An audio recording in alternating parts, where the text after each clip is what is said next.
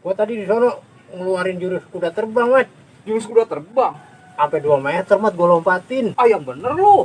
Ya kagak, Mat, bercanda gua, Mat. Suwe lu kalau gua beneran. Di sini ada makanan, Mat. Lapar gua, Mat. Emang lu kagak makan tadi di tempat hajatan?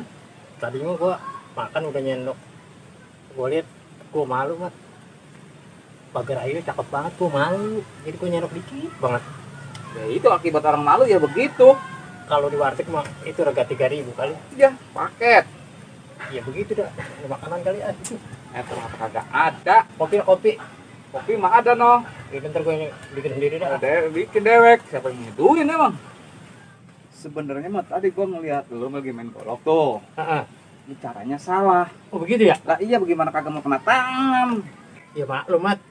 Gua juga dulu belajar kan mendapat 3 minggu itu juga dulu gua lagi SD. Pusat lama amat. Lah iya, gua diajarin sama guru. Disuruh pemanasan dulu muter-muter gua di lapangan. Lah, lu main silat apa main bola? Lah main silat sih, cuman gua disuruh pemanasan dulu katanya muter-muter. Itu juga dulu lagi SD. Makanya gua sampai sekarang kagak bisa-bisa. Nah, lu mah diseksa itu mah.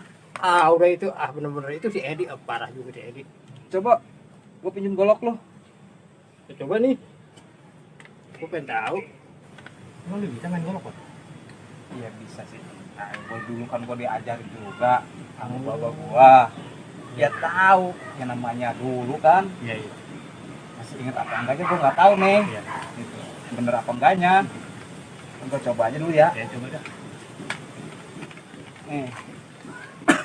Kalau lu mau cara megang golok ya, misalnya sini, lu ada musuh nyerang ya, Iya. caranya nih, lu lempar aja ke sini, tuh, Oh, gitu ya. tuh. Kalau lu misalkan lu belum nyerang ini, lu ke sini, lu lihat nih, golok bisa loncat sendiri nih. Oh, gitu ya.